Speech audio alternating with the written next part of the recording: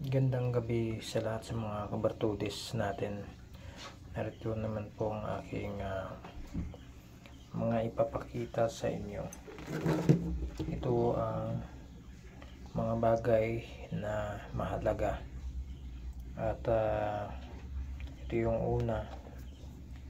May nakuha ko sa ilog. Ito mga fossilized po ito. Ito ay may mga gamit pang spiritual at ginagamit din ito sa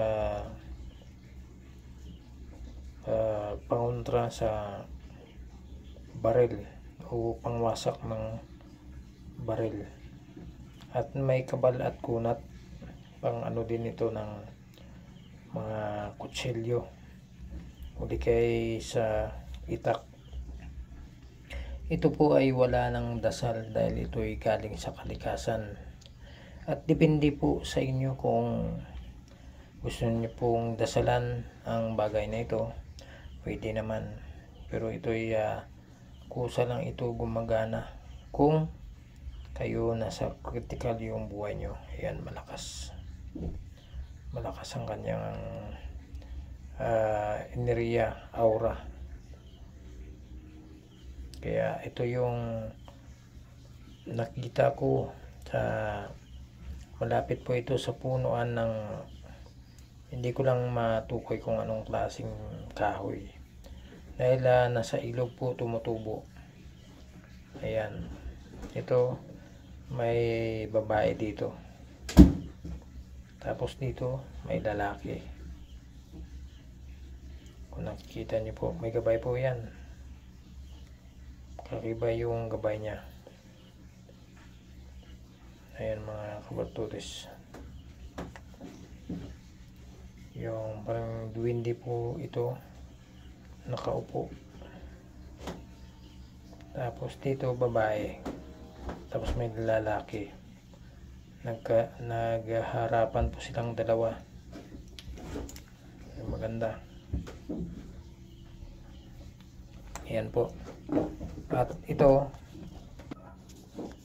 ito po ang kabibi, libon na nakuha ko sa bundok nung kami nagganting kanina ni Brother Leo, Ari, Magic Circle Mutya Hunters. Ito yung nakuha ko sa kanya, marami siyang nakuha. Ito yung kabibing libon para sa kabal, kunat, pangwasak ng baril. At ito'y may kayang may tagabulag, meron din itong panipas, liwas, tagaliwas. Ayan, pampaswerte din ito sa negosyo. At ito kaya itong taong once na pupunta kayo sa bundok, pag meron kayong legit na kabibi, ibabad nyo sa tubig ng isang araw o di kay isang gabi, ibabad nyo. Sa umaga iinumin nyo yan. Pagdating dun sa pinuntahan nyo o bundok, ay hindi po kayo makaramdam ng gutom o pagod dahil ito ay nagbibigay po ito ng pagkain sa katawan na hindi po kayo gugutumin kahit gaano man kataas o kalayo yung pupuntahan mo.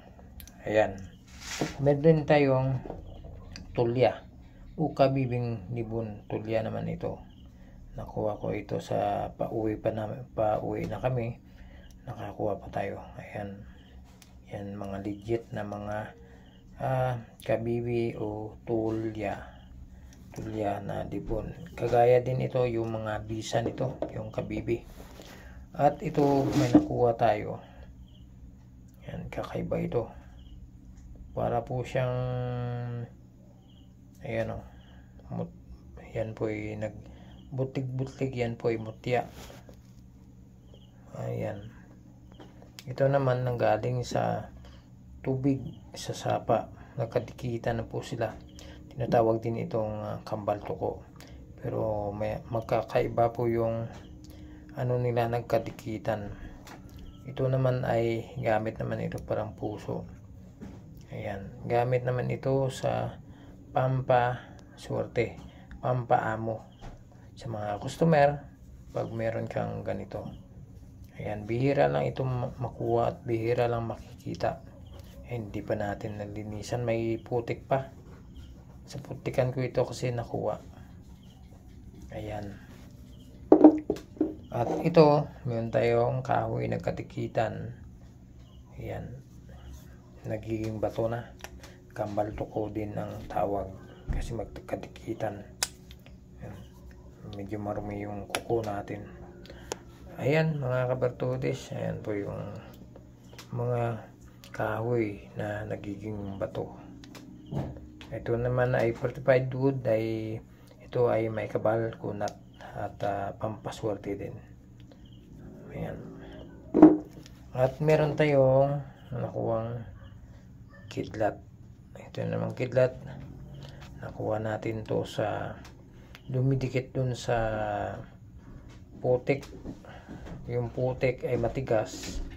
Yan, dun tinanggal natin. Nakadikit yung putik, parang magiging bato na. Kaso ito'y dumikit po siya hanggang ganito yung ulo niya, gumaganon. Dumidikit.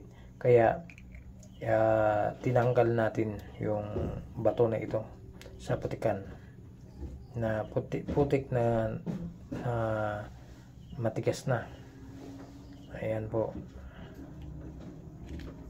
Yung mga kakaibang gamit. Lakas ng gamit to. Ayan. At meron din tayong pagong. May pagong po tayo. Ito yung legit na pagong. Ayan. Yung pagong na ito, meron din dito na sikreto sa kanyang dibdib. Ayan. Tingnan nyo. Yung sikreto. May kakaibang hugis. Ayan o. Kakaibang hugis po yan. Yan, pwede natin pang display. Yan po, may anak. Pero ito ay pagong na bato na talaga po sila at hindi na natin nakikita yung guhit dito yung sa likod.